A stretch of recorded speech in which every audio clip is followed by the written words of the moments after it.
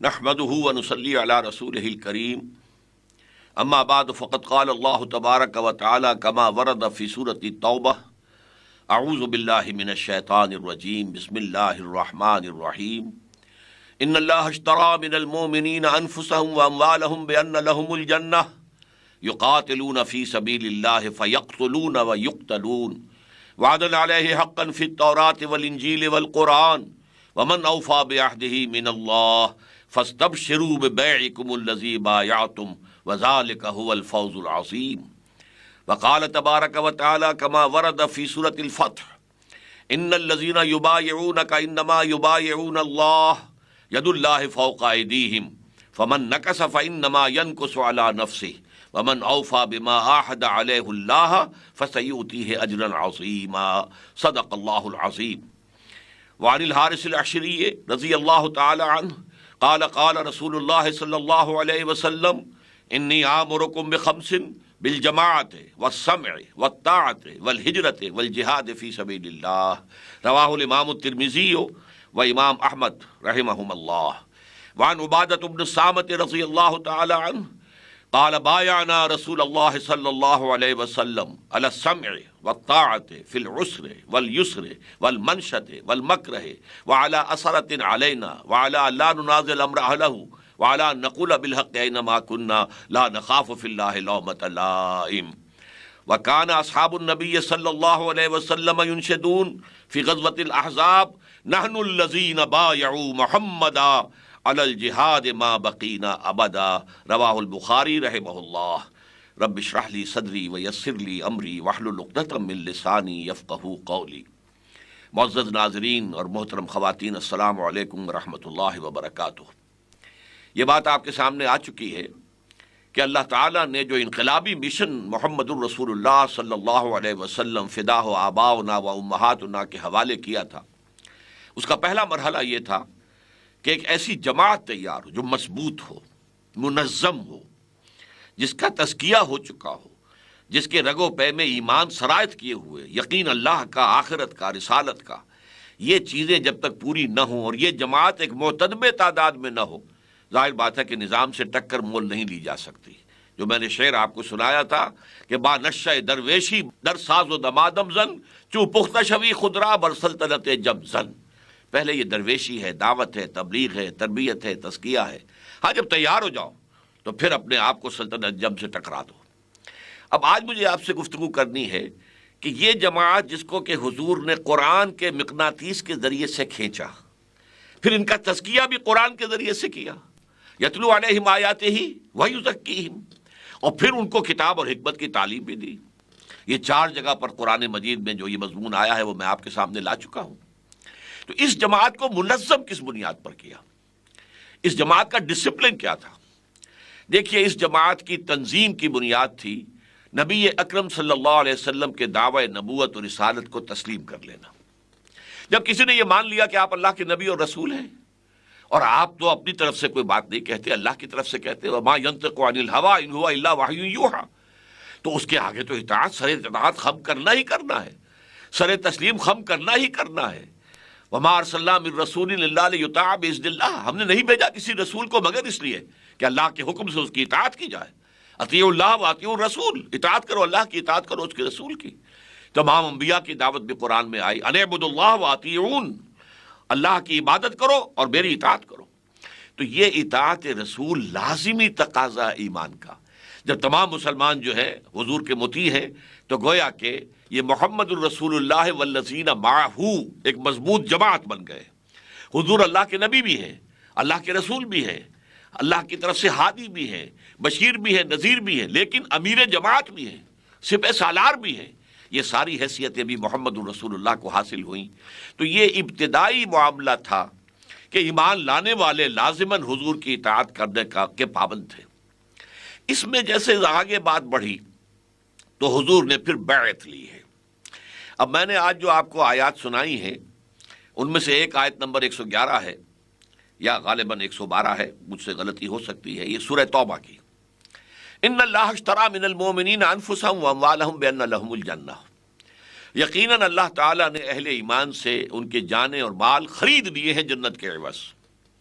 یہ قیمت بعد میں دی جائے گی، اور یہاں تمہیں اپنی جان اور مال کھپا دینی ہے اللہ کے دین کو غالب کرنے کی جد و جہد میں، اور تم اگر ایمان لائے ہو تو یہ سودا ہو چکا۔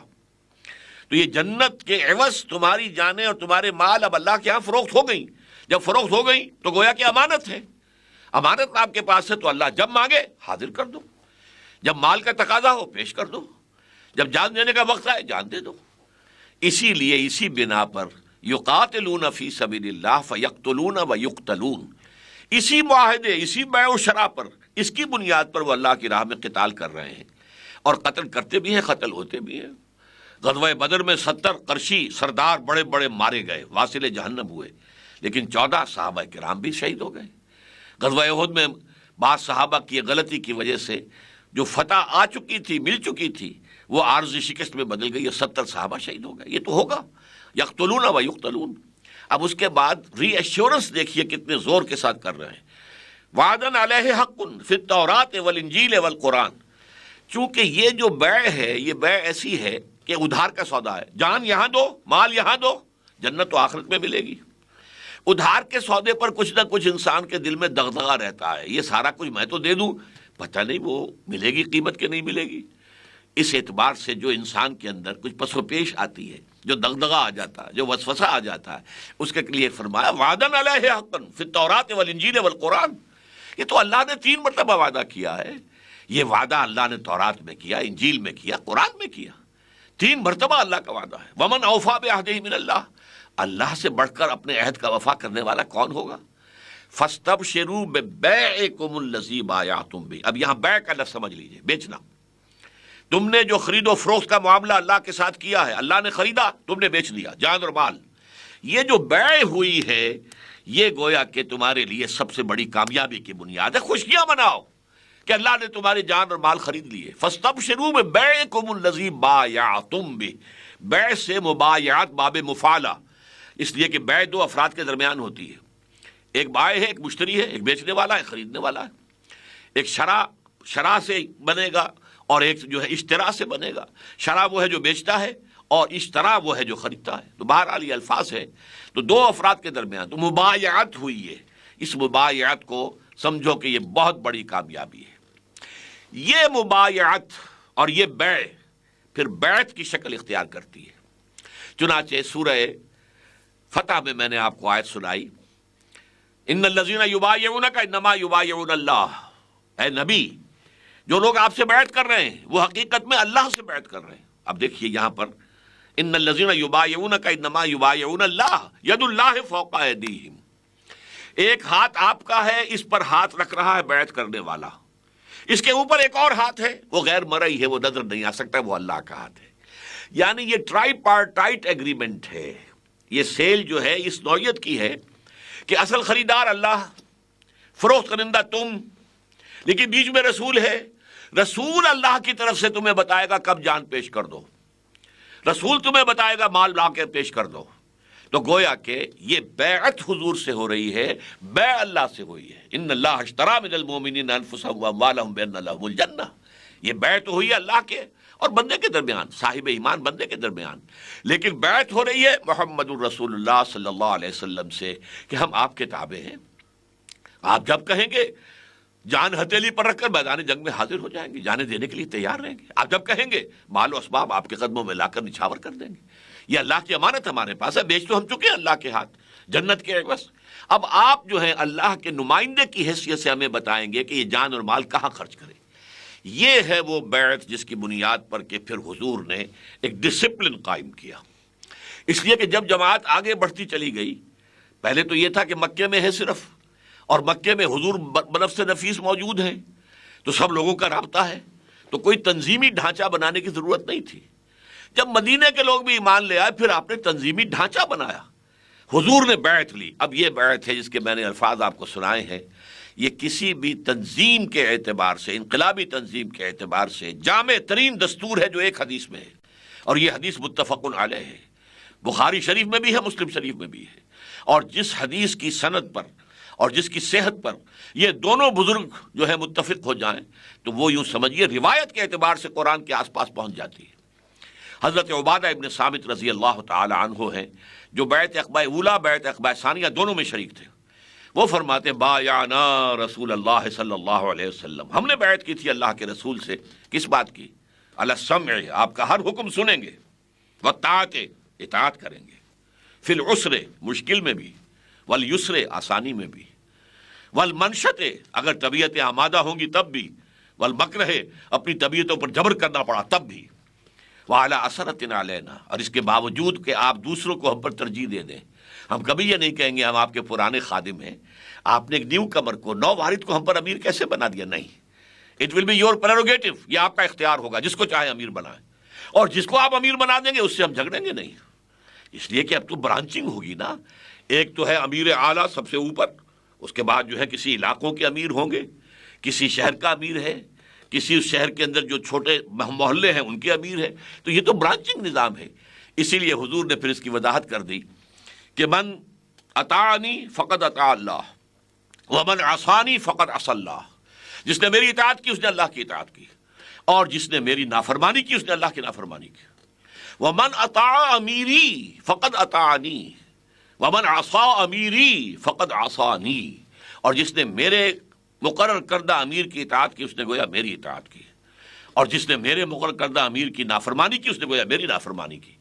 یہ ہے وہ سمع و طاعت، لسن اینڈ اوبے. فاسمعوا واطیعوا، قرآن مجید میں بار بار آتا ہے، اذ قلتم سمعنا واطعنا. یہ اطاعت کیسی ہوتی ہے کہ محض سننے پر اطاعت جو ہے لازم ہو جائے. ایک اطاعت یہ ہوتی ہے کہ میں نے سنا، اچھا جی مجھے بتائیں آپ یہ کیوں آپ حکم دے رہے ہیں، اس کی مصلحت کیا ہے، کیا اس میں فائدہ ہوگا، میرے شکوک و شبہات ہیں ان کو دور کریں. نہیں، لسن اینڈ اوبے. جیسے کہ انگریزی کی ایک نظم تھی، charge of the light brigade. کسی ایک جنگ میں، جبکہ ابھی گھوڑے ہی ہوتے تھے، یہ توپیں ووپیں نہیں تھیں اور ٹینک نہیں تھے، ایک رسالہ تھا 600 سواروں پر مشتمل، اور اسے حکم دے دیا گیا charge the light brigade, light brigade حملہ کرو.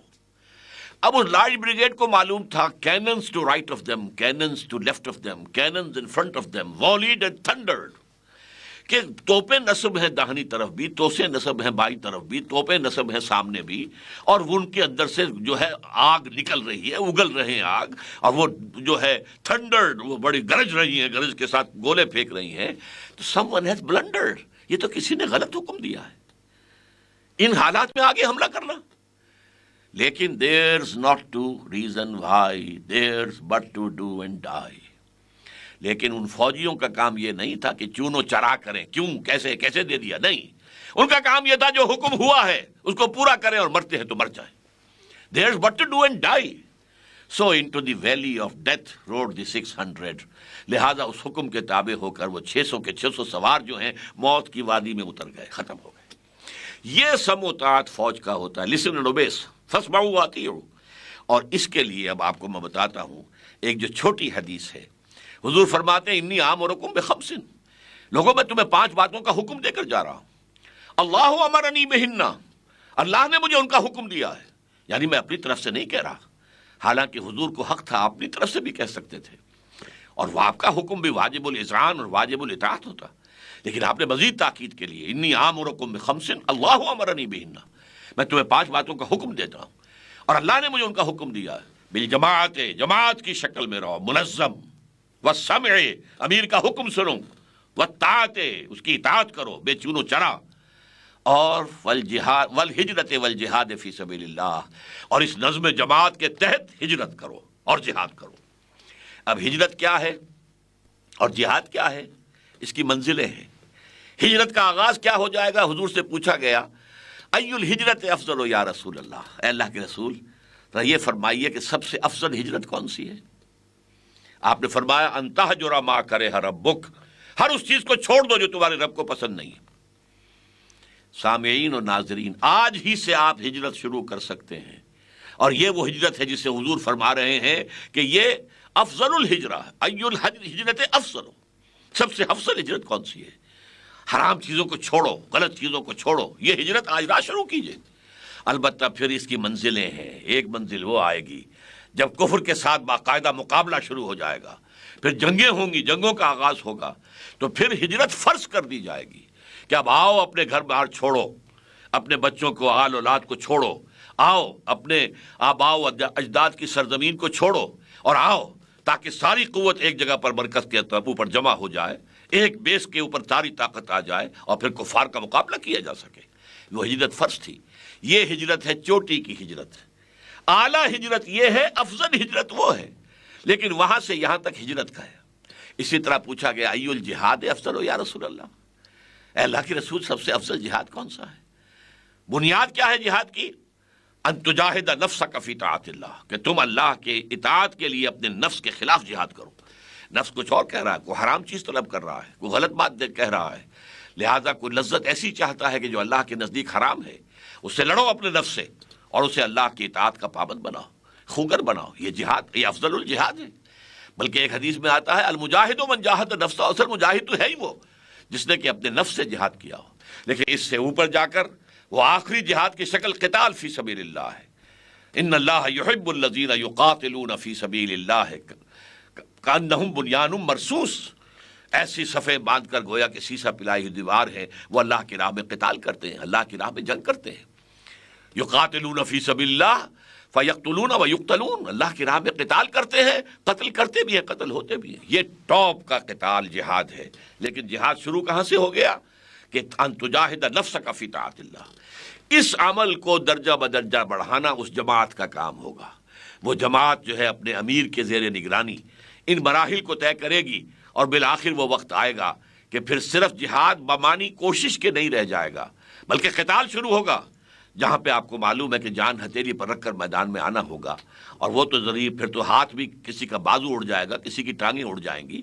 وہ جو زخمی ہوئے تھے غزوہ بدر میں، جو بعد میں شہید ہو گئے اور ان کا انتقال ہو گیا مدینے جاتے ہوئے، ان کی ایک ٹانگ اڑ گئی تھی، ٹانگ کے اوپر تلوار لگی ہے، لنگڑے ہو گئے، گر گئے۔ اور اب ان کا جو مقابلہ کرنے والا کافر تھا، ولید بن عتبہ، وہ اب ہلاک کرنے والا ہی تھا کہ حضرت علی نے آ کر اس کا جو ہے اس کو ہلاک کر دیا، تو جان تو بچ گئی لیکن ٹانگ اس کی کٹ گئی تھی۔ وہ بعد میں جو ہے ان کا انتقال بھی ہو گیا۔ تو یہ ساری چیزیں جو ہیں یہ نظم جماعت کے تحت ہیں۔ نظم جماعت کو ذرا سا توڑ دیا تھا 35 حضرات نے غزوہ احد میں۔ 35 حضرات، حضور نے کہا تھا تم اس درے سے نہ ہٹنا، 50 افراد تیر انداز۔ آپ کو اندیشہ تھا کہیں ایسا نہ وہ پشت پر تھا درا کہ دشمن پشت پر سے آ کر بھی حملہ آ جائے، ہم تو پھر 2 چکی کے پاٹوں کے اندر پس جائیں گے۔ تو چاہے تم یہ دیکھو کہ ہم سب ہلاک ہو گئے اور ہماری بوٹیاں نوچ نوچ کر پرندے کھا رہے ہیں، تب بھی تم یہاں سے نہ ہلنا۔ لیکن اللہ نے جب فتح دے دی تو بہت سے لوگوں نے کہا اب تو فتح ہو گئی، حضور نے تو شکست کے ضمن میں کہا تھا نا، اب تو فتح ہو گئی، چلو یہاں سے۔ لوکل کمانڈر روکتے رہ گئے، مت جاؤ مت جاؤ مت جاؤ، لیکن 50 میں سے 35 حضرات نے ان کی نافرمانی کی اور چلے گئے۔ اب اللہ نے سزا دی، اور پھر وہ جو فتح جو حاصل ہو گئی تھی وہ عارضی طور پر شکست میں تبدیل ہو گئی۔ 70 صحابہ پھر شہید ہوئے، حضرت حمزہ بھی ان میں ہیں، مصعب بن عمیر بھی ہیں، خود حضور شدید زخمی ہوئے، آپ کا اتنا خون بہہ گیا کہ آپ کمزوری کے باعث جو ہیں بے ہوش ہو گئے، تو خبر اٹھ گئی کہ آپ شہید ہو گئے۔ تو نظم کی یہ اہمیت ہے۔ اللہ چاہتا تو کنڈون کر دیتا، کوئی بات نہیں، چلو ان سے غلطی ہو گئی ہے لیکن ان کی فتح کو شکست میں نہ بدلو، لیکن نہیں، اللہ نے کہا کہ ان کی تربیت ہونی چاہیے، آگے اس سے بڑے بڑے مراحل آنے ہیں۔ اگر یوں ان کی غلطیوں کو کنڈون کر دیا گیا تو آگے اصلاح کیسے ہوگی؟ تو اللہ تعالیٰ نے فرمایا وَلَقَدْ صَدَقَكُمُ اللَّهُ وَعْدَهُ إِذْ تَحُسُّونَهُم بِإِذْنِهِ، سورہ آل عمران میں۔